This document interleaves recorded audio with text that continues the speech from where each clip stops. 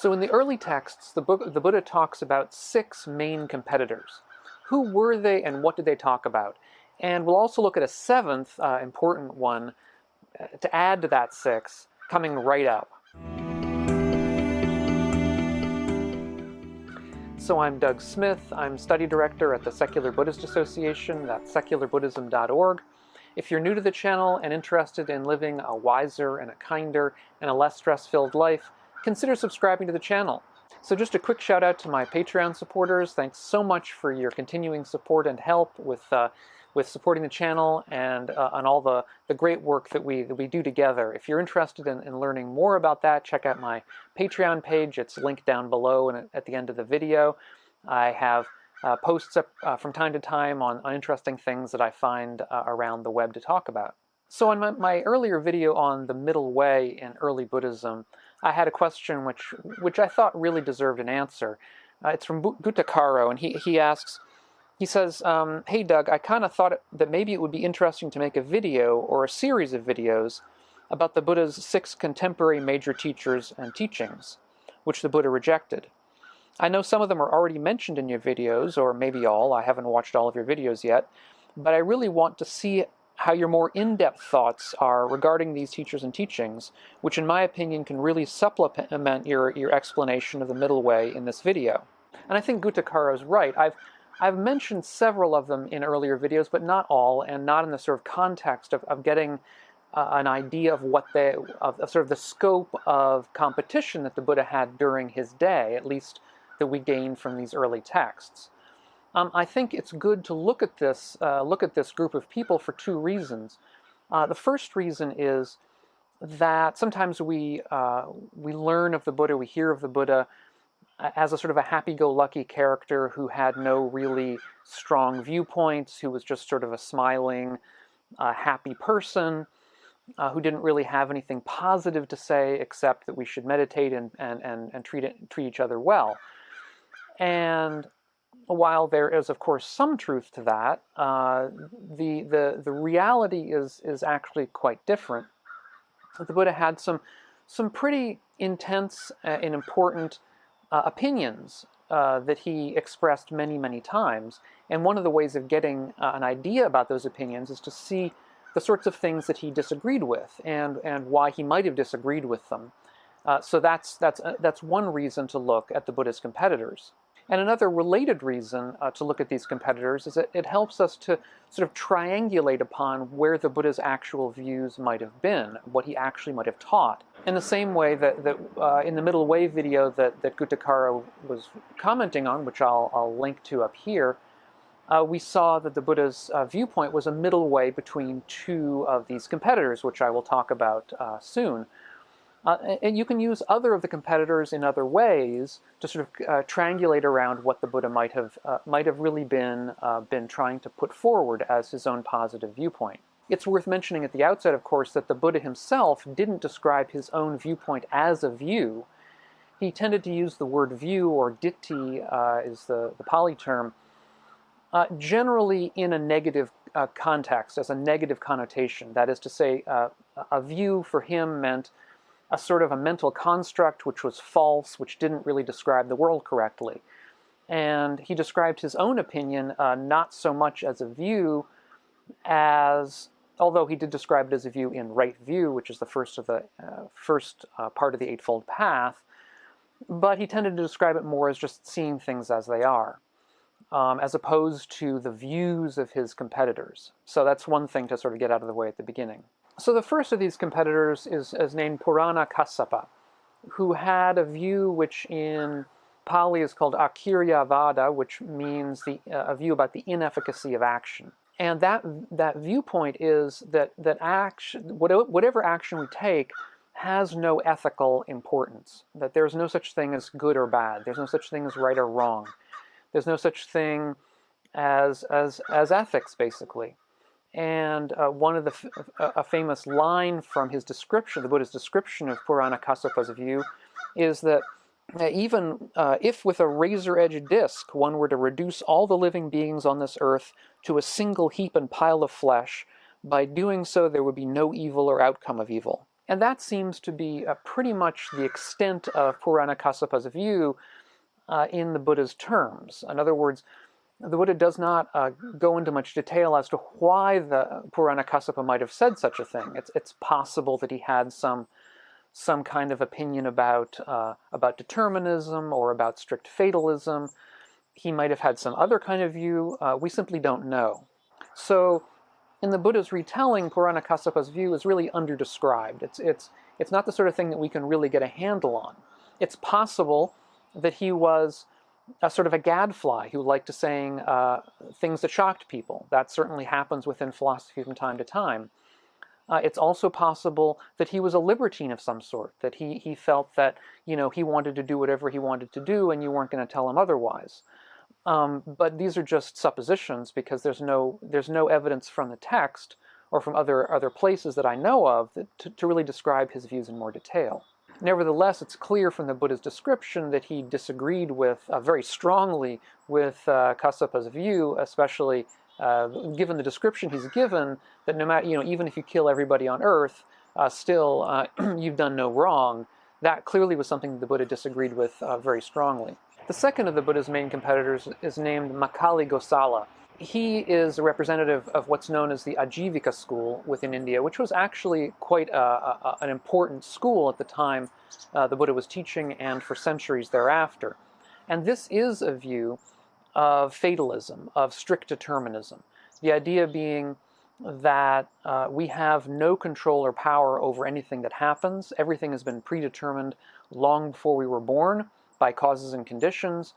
And so all that we can do basically is to play out the fate that was given us. And as far as any kind of path of purification or path of self-betterment, it doesn't seem as though there was any room for that within the Ajivika school. It's said, at least in the Buddha's retelling, that to them basically life was like a ball of string that was unwound as the string unwound, and when the ball of string got to its very end, your life was over, either on this world or at least, or else in the larger scheme of things, that your suffering was over, whether that's within one lifetime or within many lifetimes. It seems to have been a view, something like atomism in the Western context of that all there is in the universe is atoms and souls, because they did believe in souls, eternal souls that went on basically forever. But these things everything was all determined, so there was no action that we could take to change our predestined fate. Hence, we were without anything like free will, and as a result, we were without anything like real moral responsibilities, because the moral responsibility assumes that we have some control over what's going on, and if we don't have control in any important sense, then moral responsibility also goes out the window. However, since the Ajivika school survived for many centuries, there is some other information about them, and apparently people who belonged to that school did live ascetic lifestyles, non-violent lifestyles, and so it's possible, again, that we're sort of not getting the entire picture here, that there was some more sophisticated reasoning behind their decision to live a particular kind of what we might call purified lifestyle, in the sense that they weren't out doing crazy things. But nevertheless, this is a school that was quite important at the time that the Buddha was around, and certainly became important and was important for many centuries. It died out sometime in the medieval era. The third of the Buddha's major competitors was Ajita Kesakambala, or Kesakambali, it's spelled different ways. And his view was known by the Buddha as either annihilationism or nihilism. It eventually developed into what's called the Charvaka school within India, which was another major school. It's a school, again, of atomism, but here it's atomism without eternal souls. So all that we are, all that humans are, all that everything is, are just sort of physical atoms, physical beings. And so when our body decays, when we die and our body decays, we're not reborn. So there's no, in that sense, there's no either reward or punishment in another life for anything that we've done here, because there is no other life. And perhaps the most important part of Ajita Kesakambala's view on the Buddha's interpretation is this notion that that giving is a doctrine of fools, that being generous or doing good things or having kind of important relations with others around you is foolish, because we don't survive the death of our bodies. It's also, although he apparently believed this, or at least this is the Buddha's interpretation of his opinion, Kaccāyana means hair blanket in Pāli. And so it's pretty clear that he wore what we would interpret as a hair shirt, a shirt or a blanket made of human hair. And that is a pretty extreme ascetic practice because it's a very uncomfortable thing to go around wearing, especially in the heat of India. So he was pretty clearly an ascetic. He pretty clearly had ascetic practices. So it's probable that we're not getting the entire picture here with Ajita's views. I discussed a little bit more about his views in an earlier video of mine about what the Buddha might say about secular Buddhism, because Ajita Kesakamala's viewpoints are ones that nowadays are thought of as similar to a secular Buddhist kind of viewpoint. Now, in my opinion, there are some significant differences. In particular, secular Buddhists don't believe that giving is a doctrine of fools. We don't believe in a lot of the things that are ascribed to Kesakamala, but nevertheless, there are similarities in that he openly rejected the notion of a future rebirth, and secular practitioners tend, at the very least, to be uninterested in rebirth. So there are some similarities, but it's not clear exactly how deep those similarities go. I guess it depends upon the person. I think what's most important, though, for the Buddha is the apparent ethical nihilism of Kesakamala. And to the extent that Kesakamala was an ethical nihilist who didn't believe in the importance of ethical behavior, or at least that's the way it may seem from some of what the Buddha says, secular practitioners of contemporary Buddhism would be entirely in opposition to that, because we all are very interested in an ethical kind of lifestyle. The fourth major competitor to the Buddha was Pakudha Kaccāyana, who expressed, depending on how you describe it, either a kind of atomism or a kind of eternalism. He taught that there were 7 kinds of things in the universe. Basically, there are 7 things altogether. These 7 things simply rearrange themselves eternally. And those 7 things are the 4 major elements, plus pleasure, plus pain, and plus eternal souls. And so none of these things ever decay, none of these things ever go out of existence. That's why he's an eternalist on the Buddha's picture. It's also one of the reasons why the Buddha says that in Kaccāyana's view, there's no such thing as death, there's no such thing as murder, because no matter what you do, the soul never goes out of existence.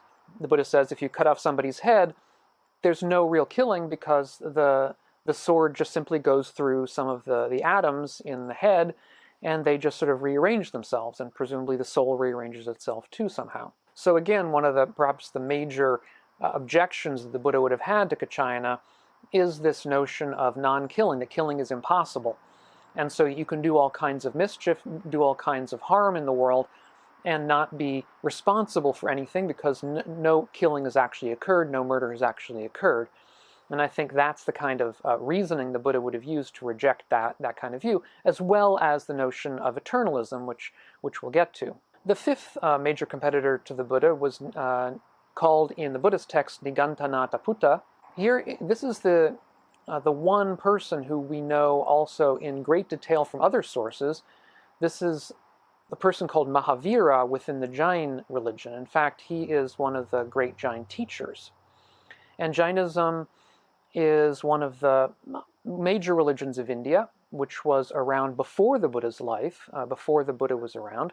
And in fact, it's one of the things to which the Buddha was probably responding in great detail. Within the Samannaphala Sutta, which is sort of the major text where we get these 6 individuals, Nigantanataputta's view is described in particular with what's called a fourfold restraint. It's not clear what that fourfold restraint is, because the way it's described in the Buddhist texts doesn't really reflect anything within Jain teachings, with the exception of the first, which is about water, restraint in water, because Jains believe that unboiled water has lots of infinitesimally small living things in it, and so we aren't to drink unboiled water. You might say, well, boiling water would kill them too. There's a bunch of Jain sort of reasoning about that, which I'll put some links below about Jains responding to this issue, but nevertheless, Jains say we shouldn't drink unboiled water. Now, there are many similarities between the Jain view and Buddhism, and this is one where, since we have detailed knowledge of Jainism because there are Jains around today, and Jainism has a huge history, and so we can look at that and say, look, there's a lot of similarities in Jainism and Buddhism. Jainism also believed in in a samsaric universe of births and deaths, of continual rebirths and deaths and rebirths. They believed that this samsara was essentially unsatisfactory in the same way that Buddhism does. And as well, the aim of the spiritual life or the ethical life is to try to loosen and then eventually break the bonds that keep us attached to this samsaric existence, which is unsatisfactory. And to that end, the main teaching of Jainism, the main kind of we might say the basic effort of Jainism is one of what's known as ahimsa, or nonviolence, a kind of a passivity to the world in the sense of not being violent with anything, not causing harm to anybody or anything.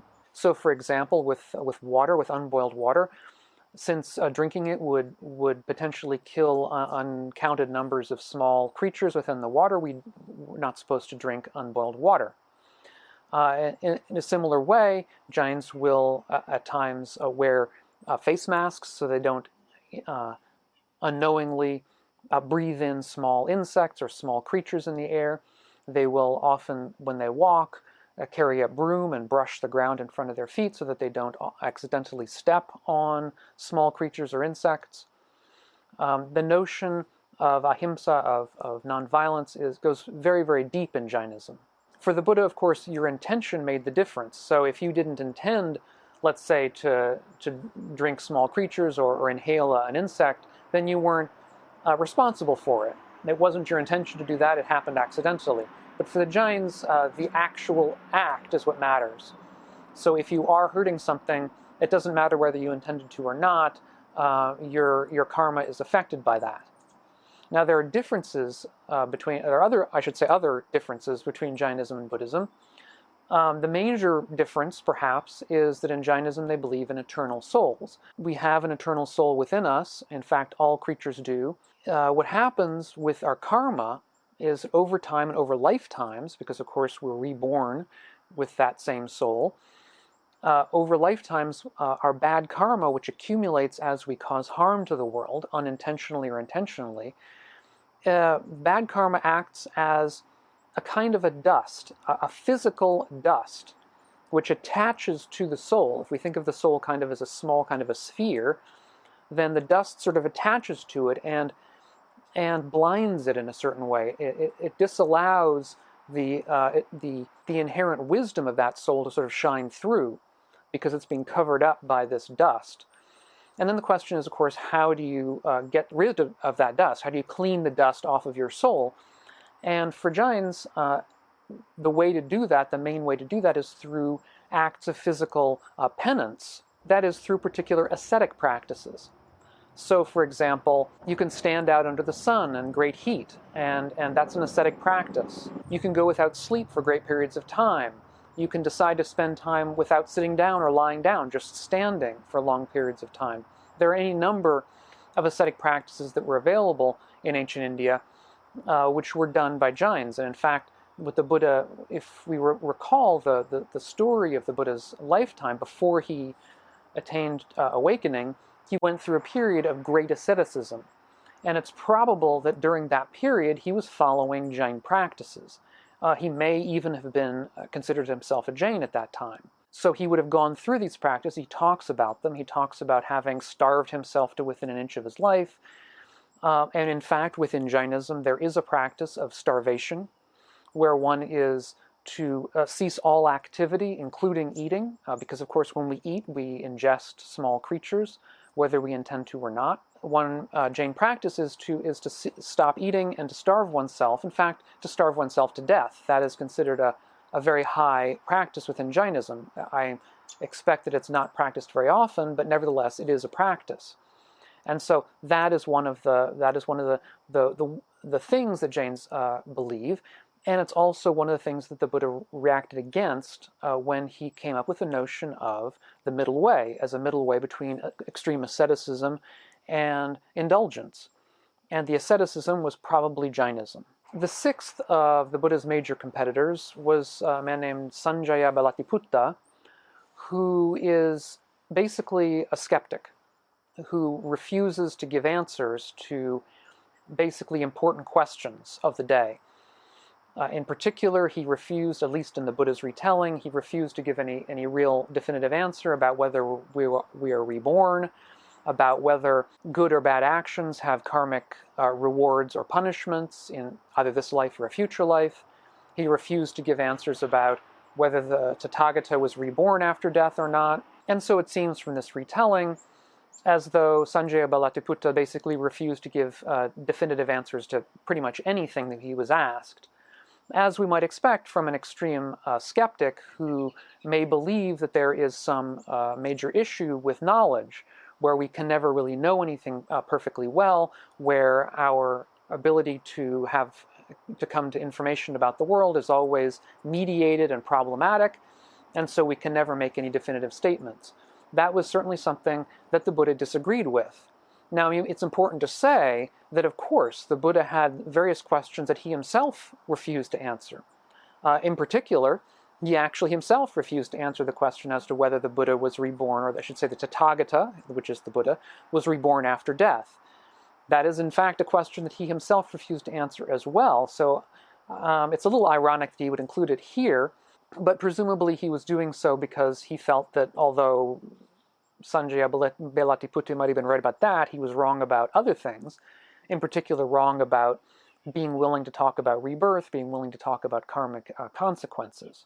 In the Brahmajāla Sutta, the Buddha talks about this viewpoint in a particularly negative way, calling it eel wriggling, that it's like the wriggling of an eel, that you try to catch it and it wriggles out of your hands.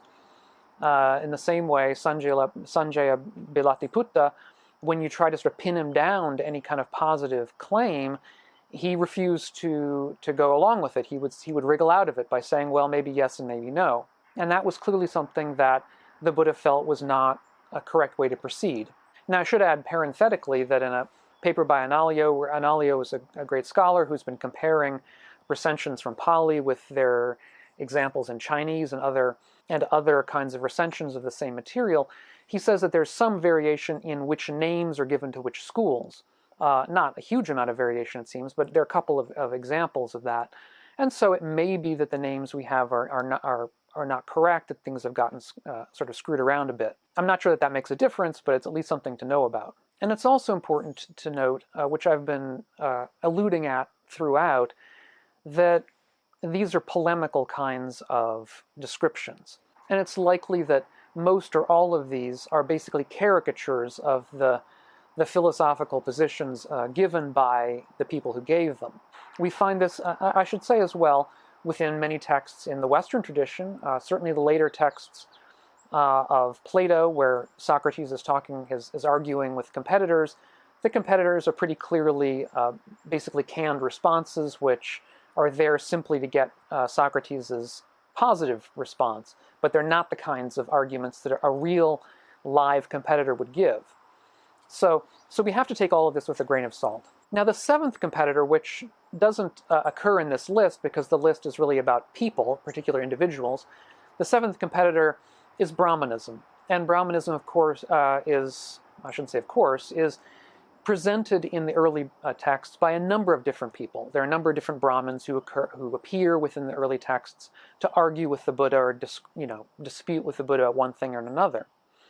So it's not a particular person, but it's sort of a movement that was around at the time. And there are many major differences between Brahmanism and Buddhism. One of them, of course, is that there is an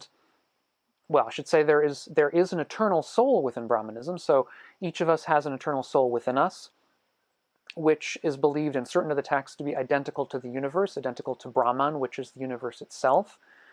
So there is this kind of microcosm, macrocosm identity within Brahmanism. But in any event, each of us have an eternal soul. And the value, there's a sort of a value range of souls, and that has to do with our birth. It has to do with what family we came from. So there's the caste system, which is critical within Brahmanism, that the Brahmins are the highest caste. That is, they are the sort of the religious teachers, the people who know the right sacrifices to give. Underneath that are Kshatriyas, or the nobility, the warriors. And then there are the Vaishyas, that is the traders, and then the Shudras, who are the menial laborers, and then there are the outcasts below all of it.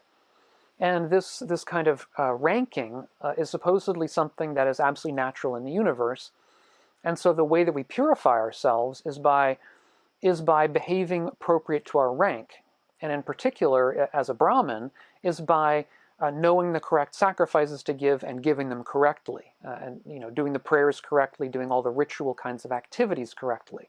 And that's how you sort of reach an apotheosis, reach a kind of an end of suffering, because they also do believe in a kind of samsaric existence and an end to suffering, but it's gotten through this kind of correct ritual activity. And Brahmanism is also something that's generally practiced within a lay community, within a householder community. So Brahmins were typically householders who had families, and having a family is part of your duty as a Brahmin, as any of the caste members, in fact, is to raise your family correctly.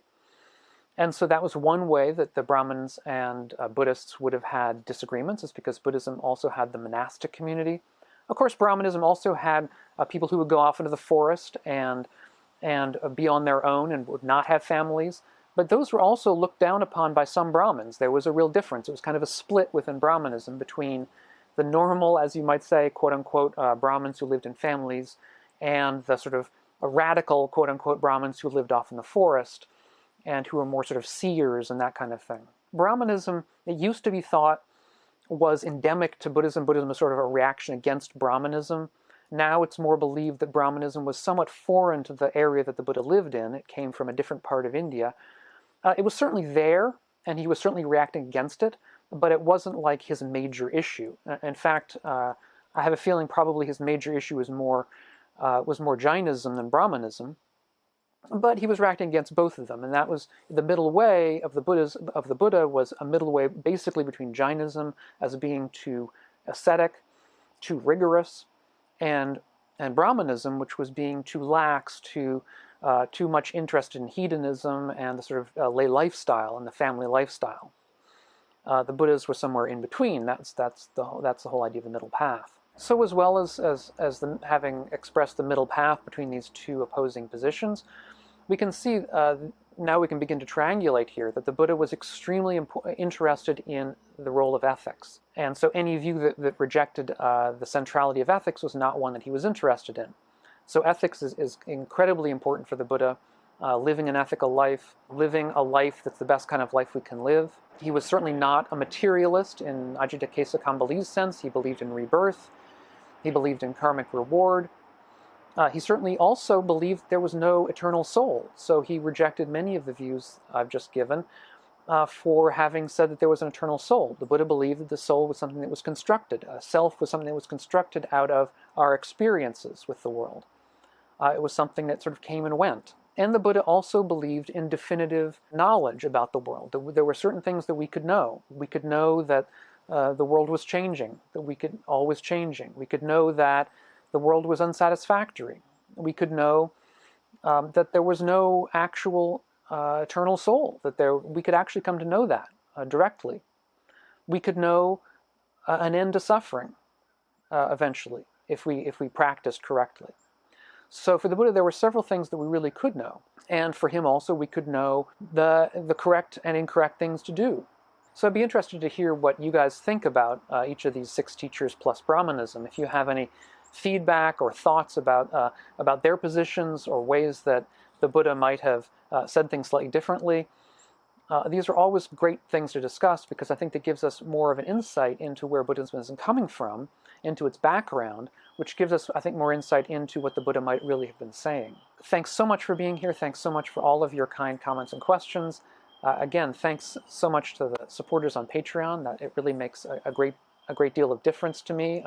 It's a great support as I work on more of these videos.